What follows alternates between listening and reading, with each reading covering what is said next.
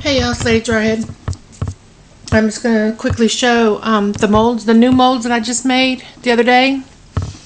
I made a few.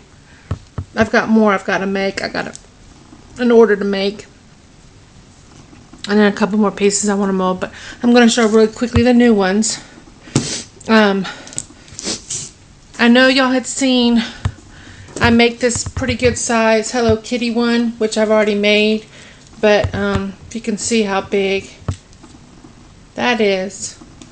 This is a Galaxy 2 phone, the big phone, and this is that size Hello Kitty head. So it's pretty big. It's a pretty good size. Okay, so I've already molded that and showed it, I believe. But if you haven't seen it, then I do have this one that I make the molds for. I sell the mold. Then I had this one, which is a little bit bigger than that one. It's thicker, and the bow and the whiskers and the eyes and the nose are inset, so you could actually pour a different color. It looks flat because I filled it with scribbles. I filled the bow with scribbles and then put these little holographic gem and then glitter in the center of the bow. So I filled it in, but technically when you get if you buy this mold, see how her face is, see how there's a ridge there? It's the same thing with the bow. You could pour a different color inside the bow and then pour a different one for the ring and so on and so forth. But I filled everything with, I just painted her up with scribbles. So this was the blank that I made to test the mold I made. So I thought I'd decorate it and make use of the blank that I made. I could hang it on the wall or something. So this is a good size piece too. It's a little bit bigger than that one. So you can see the size difference in those two. And I know my room's dark and I apologize. There's nothing I can do about it until my husband changes the light bulb. It doesn't matter if it's day or night. It's going to be dark in here. Of course it's darker at night, but even in the daytime I have trouble seeing over here because it's just not enough light. And then the way I have my table set, it's like I'm casting a shadow, so it's even worse. So, but my husband comes home early tomorrow, yay, because they're shutting down the rigs for the 4th of July. They're shutting down for a week and a half, which worked out okay for my husband because he's on days off starting next week. But for people who just came off days off, they're getting screwed because they're going to go 3 weeks without a paycheck. Woo, that's not nice. But anyway, back to now I have this huge one. This was the blank I made off of my mold. This is my test piece. And I have to dome the back and sand it and stuff. It's just, like I said, a test piece. I used Amazing Cast resin that sets up really fast. And I colored it and put glitter and stuff in it, but I got these streaks, these white streaks right there. I don't like that, but oh well, it's okay. So I like the Amazing Casting resin because it sets up really fast, so when you're actually trying to test a mold, it's perfect. But I don't actually like it to make pieces that you plan on selling or decorating or using. I just like it for my blank purposes only, or if you're pouring white blanks for people to paint, or they just want a blank of it, then yeah, it's great. Even if you want to pour a solid color backing on pieces you've already done, it's perfect. But not for the actual, I don't like it for the actual making of things because it doesn't color true. Like it looks like one color, and then once it's set up it looks like a different color. You're limited on your coloring and what you can put in it, and I like the clear. I know you gotta wait forever for it to cure, but it just has a better result to me personally because I don't like the limitations of what you can mix into that resin. You know, I like a lot of glitter and a lot of colors and different things in mine. So I painted the eyes and stuff just so you could see it because like the bow is kind of blending in unless I get right up on it. So I just wanted y'all to see. She is flipping huge. You hear? Huge, okay? This is her. This is that one piece that was pretty good size. And this is the other piece. And look, they both sit on her and there's still a whole bunch. This is a huge, huge, huge piece. So I have all 3 of those Hello Kitty heads now available. See my hand? And like I've told y'all, I have man hands. I have huge hands. So, I mean, look. Doesn't even take up half the mold, half the piece. It's huge. These are good size too, because these fit in my hand. But, depending on what you're looking for, this would be definitely a good wall size plaque. But this one is not going to be as thick as these. Now, you could get this, I guess I could lay clay out and stack it up and cut the shape out and bake it and then make a mold if you want it thicker. But, I mean, it's not bendy at all. It's thick enough not to be bendy at all. Now, in the mold I made, it has these two, I cut these latches off of it to make it. So you're going to have to sand that, or when it's still not cured all the way, you could take scissors and cut it off before it sets up all the way. If you wait till it cures, you'll have to like get your little sander and nip that off. But it's not horrible or anything, but you will want to nip that off. So that is the new ones I have, and I put a crap load of glitter in these just to get it to where it would show through the white resin. Okay, so those are the 3 big Hello Kitty faces I have available in the molds. So this one is a 25 for this shape. This one is 30 because it's bigger and thicker. This one right here, I have to make in that big pan, but it's not thick, so I'll be selling it for $35 because it's not going to take as much silicone simply because it's not as thick. So, what did I say? 25, 30, 35. There we go. All right. Then I made this. It's just a little dish. But I thought it was kind of cool because you could have that on a table when you walk in your house to put your keys in. Or you could have it on your desk to keep your chains or your change. Like when you come back from lunch, you put your change in there or whatever. Or it could just be a soap dish or a sponge dish. If you seal this with polyacrylic, it will be waterproof. As long as you put a couple good coats of polyacrylic on it, you don't have to worry about a soap bar or a sponge or anything ruining it. So, but I thought it was pretty cool and different. I mean, you can use this for many different, you know, you can have it on your makeup counter and keep your loose brushes in it or whatever. You know, I mean, it's just a catch-all kind of tray. And it's good size. It's bigger than my hand. My palm, anyway. See, that's how big it is. And I just stuck a rub-on on there to decorate it up a little bit. And I'll probably seal this and use it myself. So, or my daughter will swipe it. This kind of came out looking like a stone, like a granite. And that was not my intention, but it actually came out pretty cool looking. I tried to dye it a beige color, like a creamy tan color, but it came out looking like a stone, like a granite. It looked like that stone clay. That clay they had that looks like a stone, that's what it turned out. I know my camera's not going to pick up the true colors and everything of this because of how dark it is in the room, but there's that. Then I did a new trinket box, which is a heart. This is one of the ones that Rebecca had sent me to mold. And the lid has, it's like a puffy, it has a rim around it, and it puffs out a little bit. It's really cool. And again, I just stuck some rub-ons on there to decorate it up.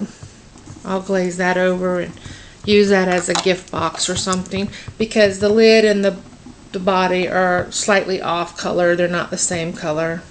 This is why I don't like that, because it should be a bright pink, or more like it comes on the inside. The white came through more on the outside, and I want a true even color, you know. So anyway, it's good because it sets up fast and I can show when I test my mold, you know. So I have that box available now, and it's not that big of a box. I don't know if I have anything on my desk that, you know, the size of these little tiny Martha Stewart molds. That's how big it is. I know that's not really helping you much, but that's how big it is. So, pretty good size bezel. Bigger than a 30 by 40. There you go. So, give you a general idea. Or a cabochon bow. So it's, I mean, it's good enough size. It'll fit whatever you want, jewelry wise or whatever. So there's this little trinket box mold, and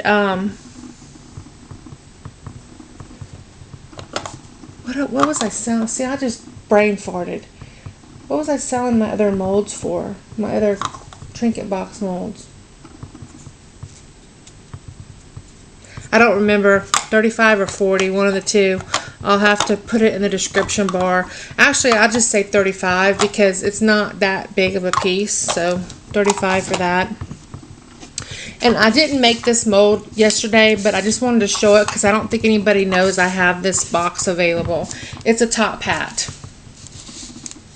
It's a little top hat, and this is the lid to it, and this is the inside. And it is small. That's the bezel, so you see it's not that big. It's a very small,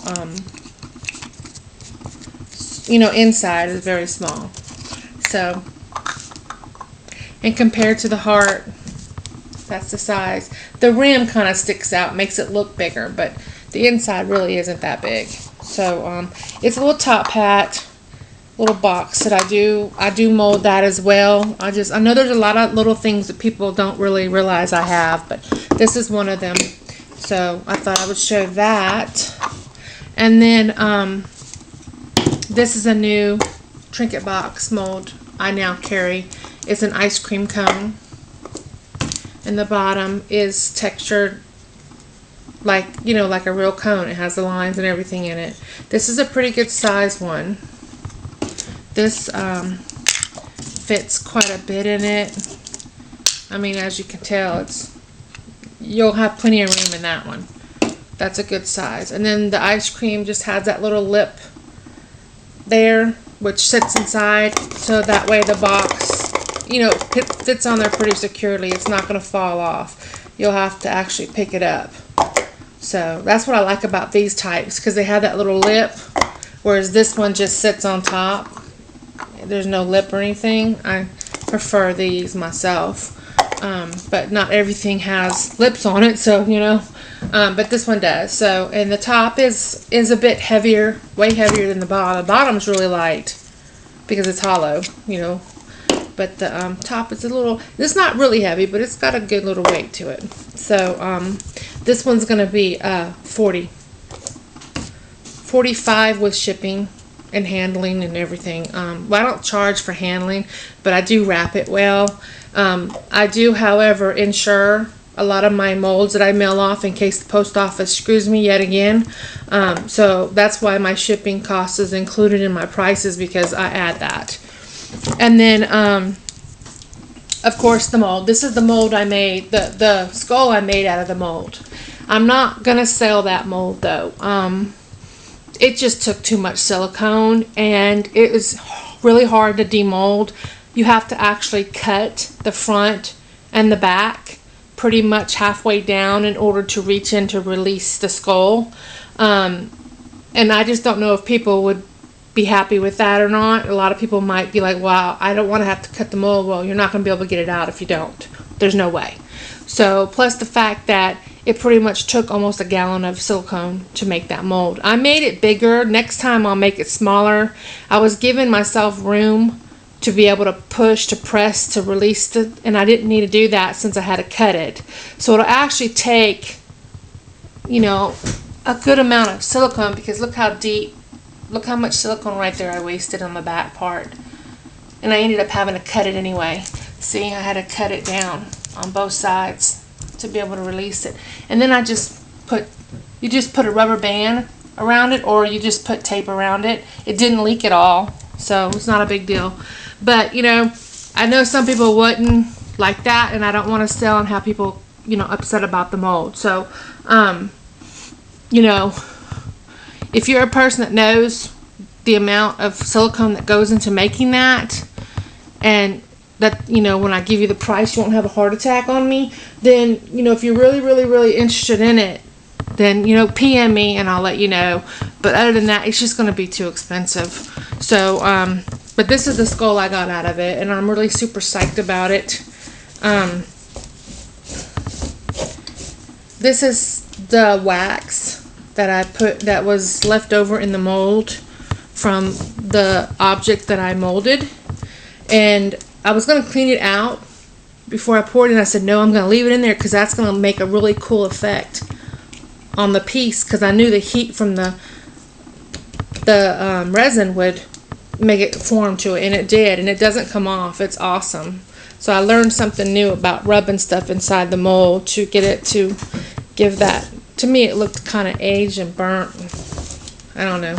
I like it. I think it's cool. So this is the test piece I made. This isn't really, this is just resin I threw in there basically just to get a test piece. And back here where the skull is, where I cut it, I have to sand that lip down because that's where the cut was in the silicone. So it's a little line there that I have to sand down, but that's, to me, that's okay. I don't mind. I'll sand that, not a problem. But and this cut here is actually in the mold, in the skull itself. It looks like a cracked skull, so I rubbed some dark stuff in there just to show up as a crack, because that's a gash in a skull. So but I think it turned out really cool. I cannot wait to make another one with glow-in-the-dark stuff in it. Oh, it's going to be cool, because this wasn't one I got to play around with. This was just a test piece. So, but I still like it. I think it came out cool. Thinking about painting some glow-in-the-dark puffy paint or something in here. Maybe a little bit in between the teeth and the nose so it'll kind of glow at night. But then I made these. These are new. These are the metal bezels, and they're pretty deep. And there's a big, small, big, medium, and tiny. And the same thing with these. They're separate pieces. They're just stuck to each other because they got tape on the backs of them. But they're pretty good size, and they do have that little ring there, which is very hard for me to get resin in those little tiny spots.